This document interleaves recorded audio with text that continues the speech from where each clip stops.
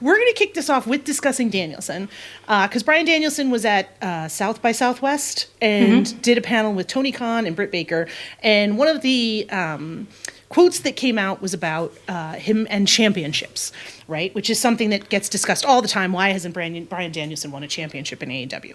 And Bryan Danielson's quote was, quote, "And the idea is to pass on the stardom that I've been given to try and pass that on to the younger wrestlers.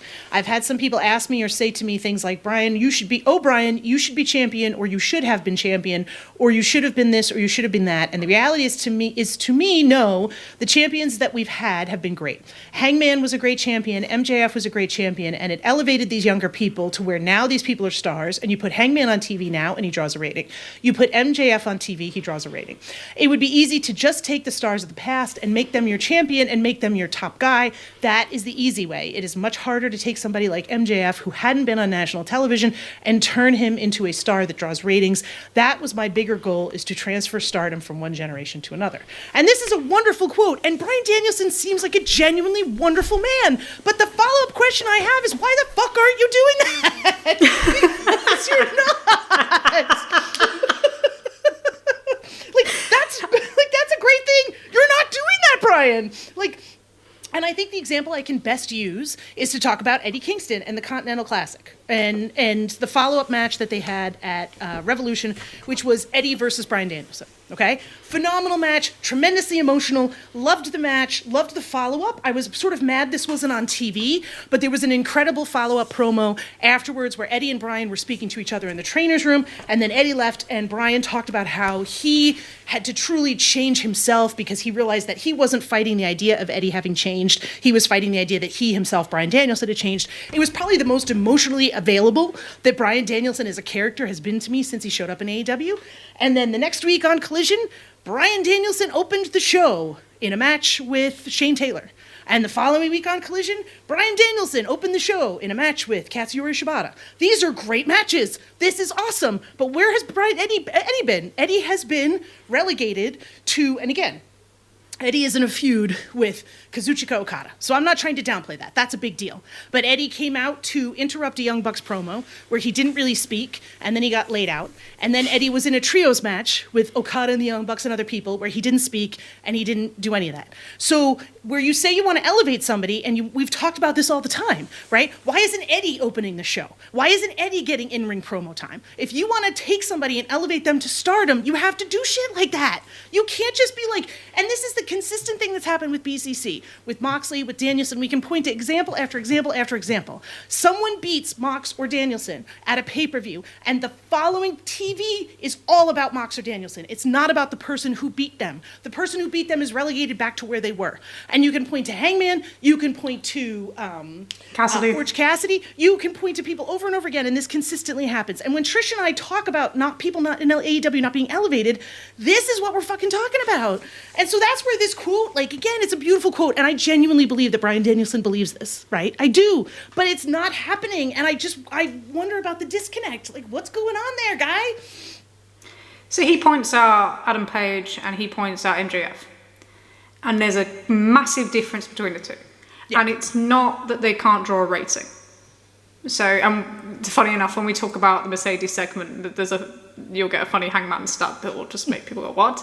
But MJF is a perfect example that they know how to fucking do this with somebody outside of that ex-WWE kind of mainstay. Yes. So not a Christian, not an Adam Copeland, not a John Moxley, not a Bryan Danielson, not a CM Punk while he was there, Max. So when Max has been consistently involved in top feuds throughout his stay in AEW.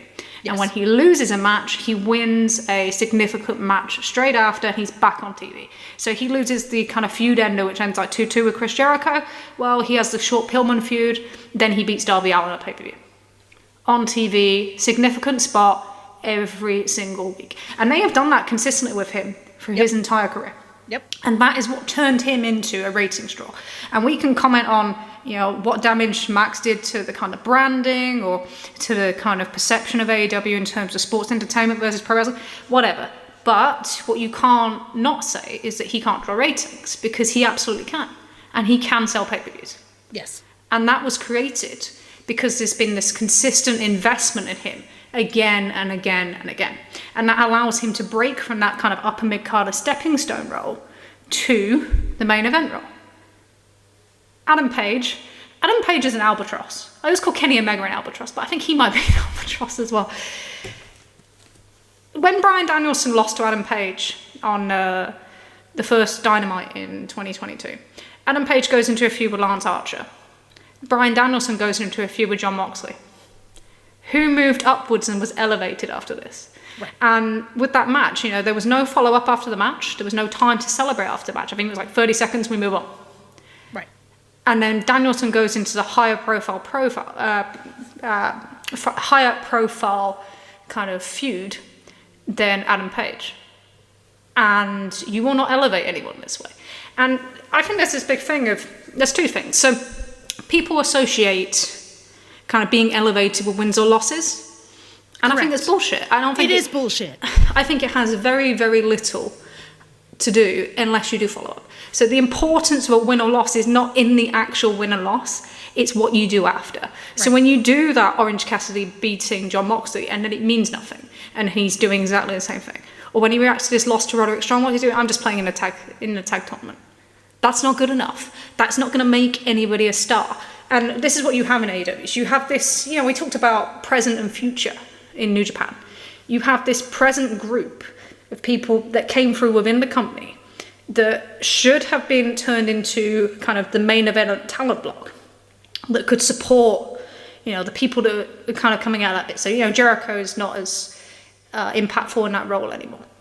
Moxley needs to build up wins rather than putting anyone else over at this point because he's lost so many people that, like Cassidy, he's lost to Page, he's lost to, Kingston, who then didn't have that follow-up. Right, and it did nothing. The loss meant nothing. Yeah, ultimately it means nothing. People always say, oh, he rehabbed Adam Page, and it's like, to an extent, but then they did nothing with him. Right. So you have the opportunity to build him back into a star, and you didn't do it. And consequently, he sits in that upper mid-card, as a stepping stone. He's now a stepping stone for Swerve Strickland. He's not the final boss. Right. If you've put him to that point, he'd be the guy that Swerve would be taking that belt off, and he's not. And this is just constant doing that. So yeah, you see it all the time. They lose, but they're opening the shows. They still get the focus. They're getting the promos. They get the promotion. You cannot change anything or build that up until you change the kind of that. And this is probably where, I look at it and I think Eddie Kingston's a great example because he's the secondary in this feud with Okada. Yes. He's not the lead. No. He's a secondary. He's a part in this launch of Kazuchika Okada in AEW. And they've put him in a really kind of difficult position. And this is going to impact on kind of what's going to happen a lot in the company. And what we saw a little bit in 2021, 2022, is that, okay, so if he loses the middle belt, the Continental belt to Okada, well, he still has the Ring of Honor and the Strong titles. So he can't do that natural kind of fall upwards. Right. Because he's stuck in that position. Right. So then what does it mean that he beat Jon Moxley? What does it mean that he beat Bryan Danielson? Same with Takeshita, number one. What does it mean that he beat Chris Jericho? What does it mean that he beat Kenny Omega? Oh, he was a stepping stone for Will Ospreay. Right.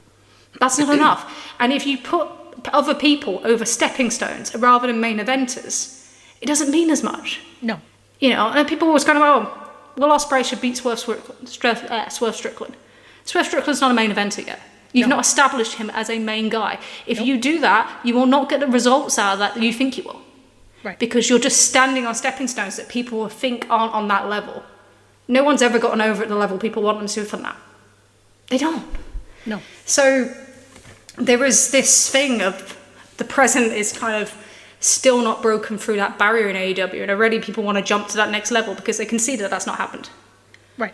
And the way they talk about, Adam Page, oh, he doesn't draw a rating. Well, actually he does draw a rating, but you will never see it that way in that perception because he's not presented as a main guy in AEW. Right. And it's all about presentation, and people take their whole perception from that presentation. And you think about it, Orange Cassidy, Darby Allin, always a good one because Darby Allin's a sneaky number draw on ratings, sneaky number draw on attendance. Guys like him, Adam Page, Orange Cassidy, all of those guys were delivering similar ratings to Bryan Danielson in 2022 and 2021. Yes. Yeah, Bryan Danielson is not this huge ratings draw. In fact, we had a huge debate in our group chat about kind of Bryan Danielson and Jon Moxley. Jon Moxley is a much more of a business generator than Bryan Danielson, even though Bryan Danielson is arguably the better wrestler. Bryan Danielson, and you put this really, really well, so I'm stealing it, and I'm going to say it. But you put this really well, Trish. Bryan Danielson always has incredible matches, right? Mm-hmm. And I agree with that, hands down. There's no arguing that point. But his feuds are disappointing, right? Mm-hmm. And I think that kind of sums it up better than anything I could possibly say, right? Moxley, his feuds are so memorable. I could rattle off a half dozen promos that Moxley has given in varying feuds and talk about like how incredible they were, right?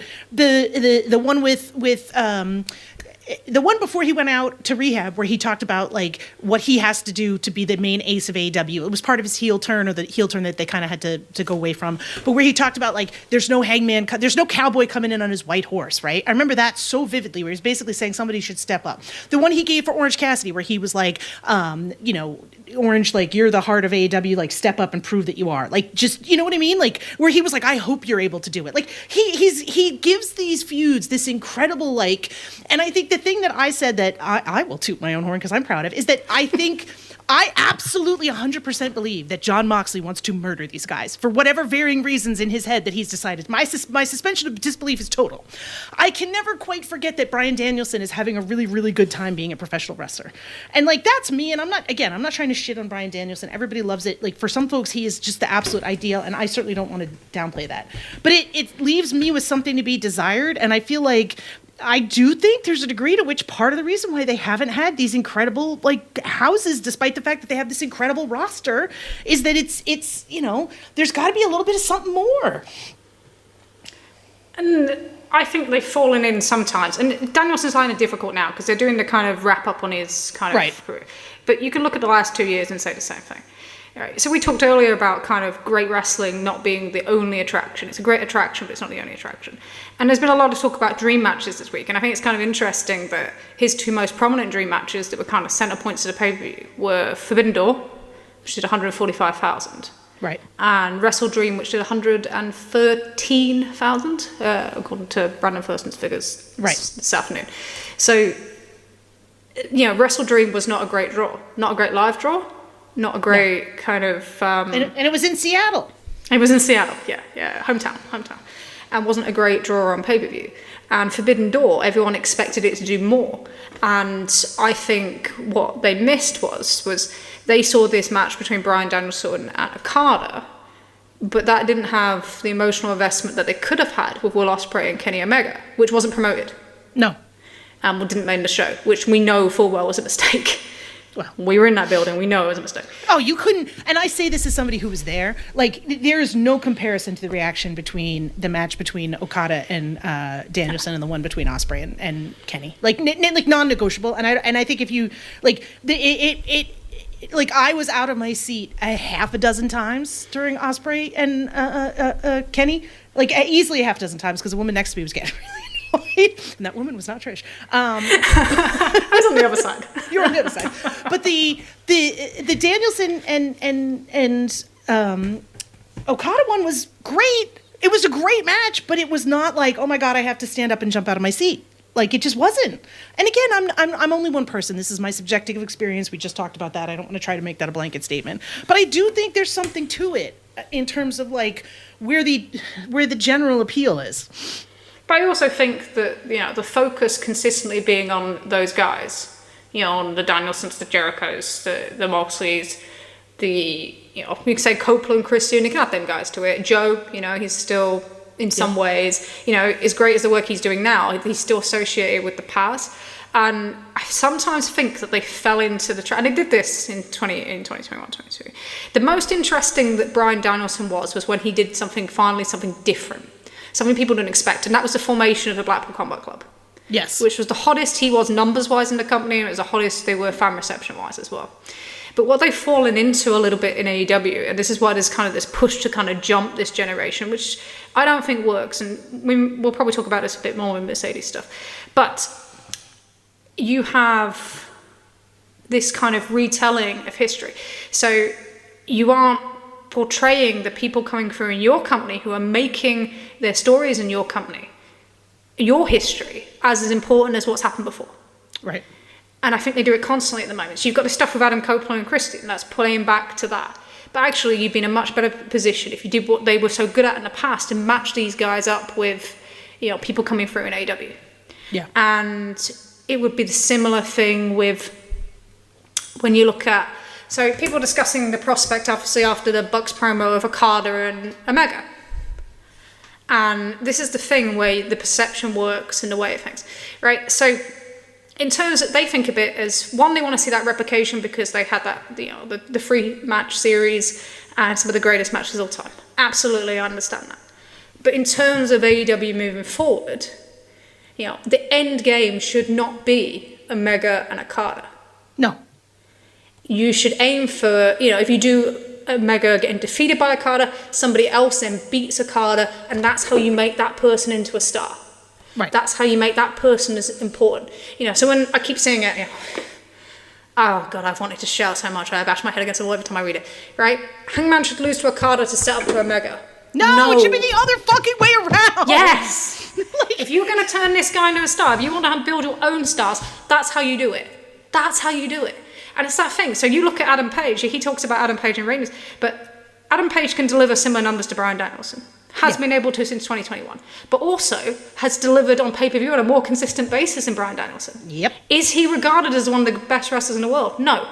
Is he pushed in his own company and presented on the same level as Bryan Danielson when he can deliver the same results?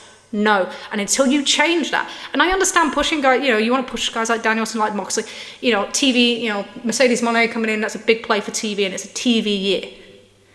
But you are never going to get through this level. And if you put these new wrestlers over and you just put them over the same people that were putting people over in 2021, the company will not progress in the way people think it was.